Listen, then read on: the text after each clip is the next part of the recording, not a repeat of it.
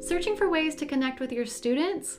I'm going to share with you how Brené Brown changed the way I use vulnerability in my classroom, both online and in person. If you haven't subscribed yet, go ahead, hit that subscribe button, turn on that bell notification so you get notified every single time I put out a new video, which is weekly, on online education. Brené's keynote speech in 2017 is called Daring Classrooms, and she gave this at a conference in front of educators. I'm going to link that down in the description box below so you can watch the entire thing. It's about 30 minutes or so. And I will tell you, I honestly go back and I watch this every single semester before I start teaching again. While I'm creating my curriculum, while I'm updating, my Canvas course or my teaching materials, or I'm searching maybe for new textbooks, or how I'm going to update or rework or redesign my assignments, I go back and I watch this. And when the first time I watched it, I just was like, a crazy person crying, because I knew that I wanted to be that type of teacher. I wanted to be that type of educator. So here's the first thing I did after I watched the first time I watched her keynote and really started reading her books and diving into her teachings and this idea and doing even more research on it. The first thing I did was I sat down and evaluated my entire classes. So all of my courses that I taught, and I evaluated my syllabi, my curriculum, my assignments, my textbooks, my approach to discussions. I went back and looked at my student evaluations. I'm sure most all of us have those, whether they're in digital or paper form. I have both. I went through and I looked at all of them.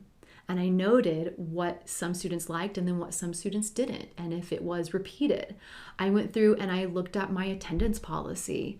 I went through and I looked at how I was actually grading students and if those were a diverse way of grading them. I went through and looked at the actual content and curriculum and noted if it was only from one viewpoint. This quote that is from Brené, it really hit me when I found it and I saw it. And it says, "Teachers are the guardians of spaces that allow students to breathe and be curious and explore the world and be who they are without suffocation. Students deserve one place where they can rumble with vulnerability and their hearts can exhale." I teach musical theater, and so many of the times we are talking about cultural events that directly affect musical theater. And I made the decision to adjust the way that I teach in my courses. So I adjusted my assignments. I made the discussions relevant to the time. And I said, hey, we're going to have conversations about what's happening in society that directly affected the art and the work that was created at that time. And there are going to be moments that it's going to be uncomfortable to talk about minstrelsy. It's going to be uncomfortable to talk about the dominating factors of white male artists in the Broadway community and the theater community. It's going to be tough to have these conversations, but we're going to have them, and we're going to respect everyone in the space while we have those conversations.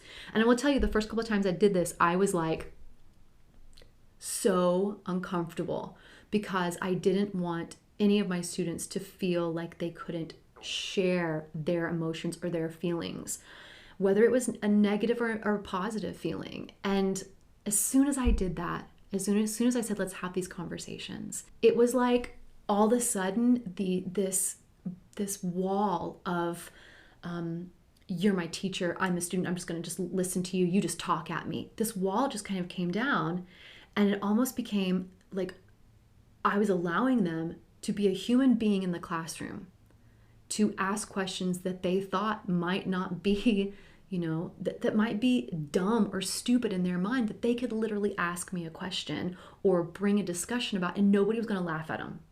Nobody was going to say, I can't believe you don't know that musical. Oh my gosh. Like, we could have these conversations about culture and race and religion and how that affects musical theater in my case.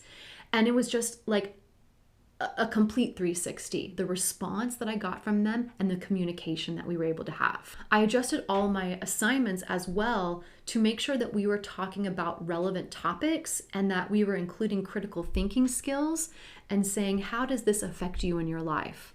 Rather than facts.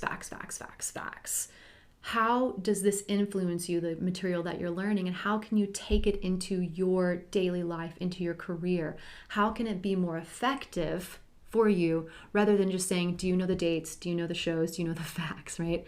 How can you make this relevant and worthwhile for you to continue moving forward in your life and in your career? That's what you're here for, is to learn and apply. I would love to know if you use any elements of vulnerability in your classroom. Let me know down in the comments below. So how could I adjust that feeling that a student might feel shame in the classroom and immediately put up this, armored wall? And a couple of things that I did was I adjusted the way I gave feedback in my assignments.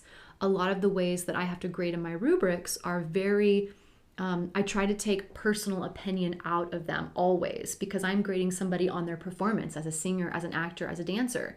So how can I evaluate them and offer feedback that is not personal? That is, did you take the information and then did you apply it in a way that is going to work for you, where you are in your career, in your training? Because everyone comes in a different place. So I evaluated the way I gave them feedback with, hey, this, and this, so wonderful. What I want to continue working on next as we move forward is this, and this. All of a sudden, we're taking out the shame of, you missed this, you didn't hit that note, you didn't hit that, tendu, you didn't hit that, you didn't get the lyrics right on that. I started out with a positive, and then I said, let's continue to work on these things. Now, I know that you may not be able to do that every single time. It does need to be, 2 + 2 is 4. But starting out with something positive is so helpful for them, rather than just saying, you did this, and this wrong. It's like getting that red inked paperback that I will never forget in graduate school and just literally feeling the shame of that red ink. So maybe change the red to like blue or purple or something different that's not so shameful feeling. And I also changed my attendance policy. Now, again, I don't know if this is something you can do. I teach at the college and university level, but I took out my attendance policy. I used to deduct points if they didn't attend class.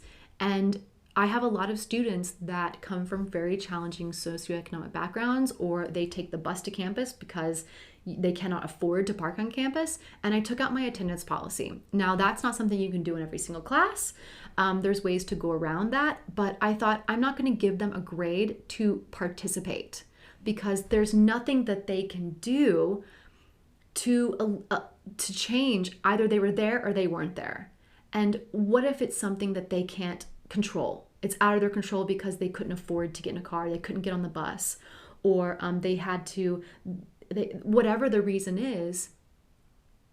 I didn't want that shame to be on them. So there are other ways that I kind of do participation without it saying, you weren't here, you get a 0, because that just creates such a terrible feeling in them right off from the start. And I also changed the tone that I use in the classroom. I started to use a perspective of, I am here to guide you and lead you in this, but my authority is not end all be all. I am not the dictator in this space. This is a space where we're going to work together. I am leading us down this path. My syllabi is the course that we're doing. I am here. It's really like being a director. I'm bringing you down this path. Come on board and bring along your creativity, your thoughts, your feelings, your knowledge, your experience. Bring that along for the ride as well. And my whole goal with this is to get students to put down that armor. And Brené talks about this in her keynote as well, to put down that armor. And I decided to get uncomfortable in my classroom. And I added empathy for my students into everything that I did. And that just shifted the way that they responded. I added in the idea of equity versus equality. I added in the idea that not everybody is going to come into that classroom at the same level. And I just made the decision to take the perspective of where they're coming from.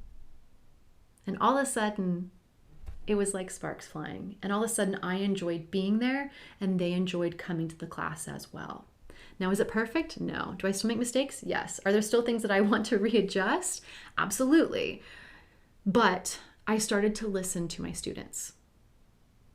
And it really did change the entire way that I connect with them on a level that we all feel like we're in this space together. We're not going to all agree, but we're all going to work towards this goal of what we're trying to accomplish in this one semester and this learning outcome, so that we can apply it to our degree, we can apply it to our knowledge, we can apply it to life and our career moving forward, and that it's going to take being comfortable, including vulnerability in our classroom, and really eliminating that shame.